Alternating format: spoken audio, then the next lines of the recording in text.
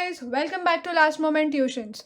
I am Dhruvi and today we'll be starting with new subject जो है network theory. इसका pre requisite है BEE. BEE में तुमने पढ़ा होगा सोर्सेज के बारे में, node, branch and then KVL, KCL या डिफरेंट इक्वेशंस लिखे होंगे. So you already know few things about it. तो ये सब्जेक्ट में हम इनर डेप्थ में जाएंगे. So let us start with what is source. So source is the basic network element that is used to supply energy to the network. यानी कि सबसे base element जो पूरे नेटवर्क को एनर्जी देगा उसे हम सोर्स कहते हैं. Now there are two types of sources. First is independent source and the second is the dependent source.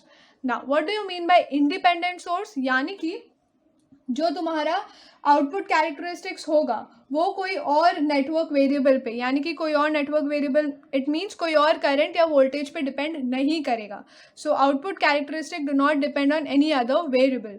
Dependent sources यानी कि तुम्हारा जो आउटपुट कैरेक्टरिस्टिक होगा that will depend on any other variable and this variable could be either current या फिर voltage.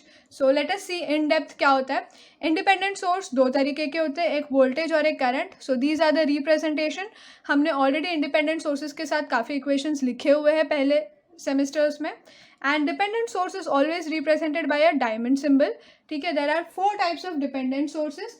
First is voltage current voltage source, voltage controlled voltage source. Second is voltage controlled current source, current controlled voltage source and current controlled current source. Now what are these 4 types? Let us see in depth. So first हम देखेंगे voltage controlled voltage source यानी कि VCVS in short. So यहाँ पर हम क्या from simple English we can infer is कि voltage controlled voltage source यानी कि वो voltage source जिसका controller voltage है, वोल्टेज पैरामीटर है. तो तुम यहाँ देख सकते हो हमारा आउटपुट साइड पे वोल्टेज है. It is being controlled by the voltage, यानी कि voltage source that is controlled by the voltage. Okay, next you can see over here is voltage controlled current source यानी कि current source. Now this is the current source, direction दिया current का. तो current source जिसका controller voltage है, सो this is called as voltage controlled current source. वो current source जिसका controller voltage है. So now these are the first 2 types. So let us see what is the equation for the same. So first one के लिए VCD that is output side is equals to mu times VAB that is input. So हम ये वाले terms का equations लिखेंगे. So voltage source is controlled by voltage. So mu can be considered as the gain. ठीक है, ऐसे हम voltage gain बोल सकते हैं. Similarly यहाँ पर क्या आएगा, it will be ICD is equals to GM into VAB. ठीक है, अब हमारा करंट सोर्स है तो इन टर्म्स ऑफ करंट लिखेंगे is equals to GM a constant and VAB जो हमारा कंट्रोलर है. Now GM is called as a transconductance, so you can write it as transconductance और you can say it as mutual conductance. ठीक है, और constant जो GM है उसका dimension is considered to be siemens. Okay, so first 2 type of dependent source हमने पढ़ लिया है. Now let's move on to the other 2 types. So third है करंट कंट्रोल्ड वोल्टेज सोर्स यानी कि वो वोल्टेज सोर्स जिसका कंट्रोलर करंट है. So you can see over here voltage source जिसका कंट्रोलर है करंट.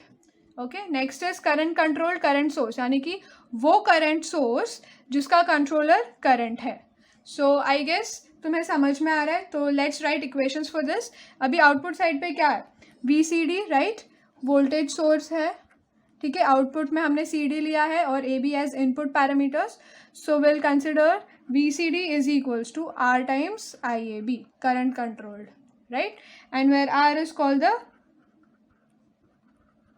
रेजिस्टेंस और you can say it is perfectly called as a transresistance. Okay, और mutual resistance.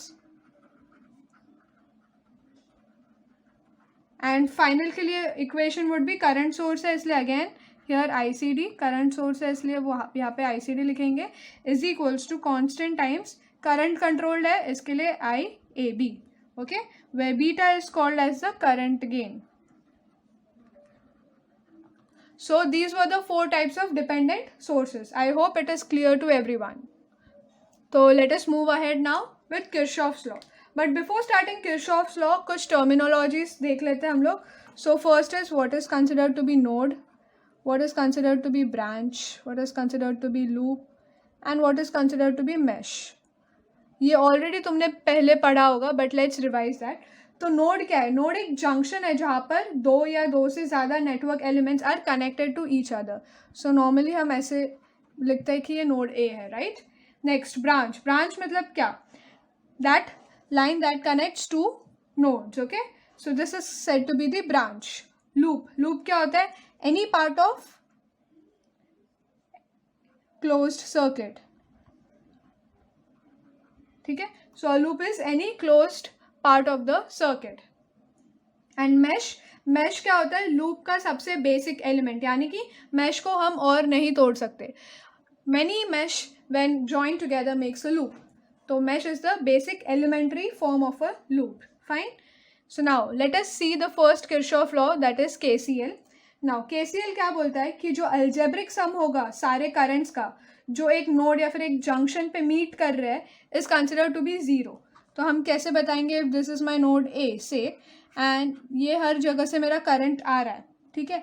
सो let अस से ये करंट आ रहा है, ठीक है. सो से I1, I2, I3, I4 and I5. So let us consider कि ये हमारा नोड है एंड डिफरेंट करंट्स आ रहे हैं. So it says that algebraic sum of all currents that meet at the junction is said to be zero. ठीक है. Or you can consider कि the sum of current that is incoming is equals to the sum of current that is outgoing. यानी कि I1 plus I2 यानी कि incoming current is equals to outgoing current यानी कि I3 plus I4 plus I5. So I hope this is clear to you. Next is Kirchhoff voltage law. So ये बोलता है कि the algebraic sum of all the voltages in any circuit, in any closed circuit or mesh or loop is zero. यानी कि अगर हमने algebraic sum लिया सारे voltages के in a circuit, it will be considered to be zero. Okay, so next we'll move on to solving a numerical. सबसे basic simple numerical. So हमें find करना है voltages V1 and V2 in the network. So ये हमारा network दिया हुआ है. So how will do? First will apply what? KVL. Correct, will apply KVL to the loop. ठीक है, नोड वोड नहीं है तो इसलिए हम KCL नहीं KVL यूज़ करेंगे. Now it says the algebraic sum of all the voltages is equals to zero. So let's move in this direction.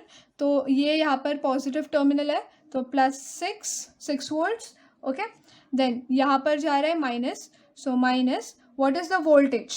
V is equals to I into R. Current flowing through this is I and resistance is 2. So 2I. Next is plus 4I दिया हुआ है. Again यहाँ पर minus 4I is equals to zero. ना how minus 4I?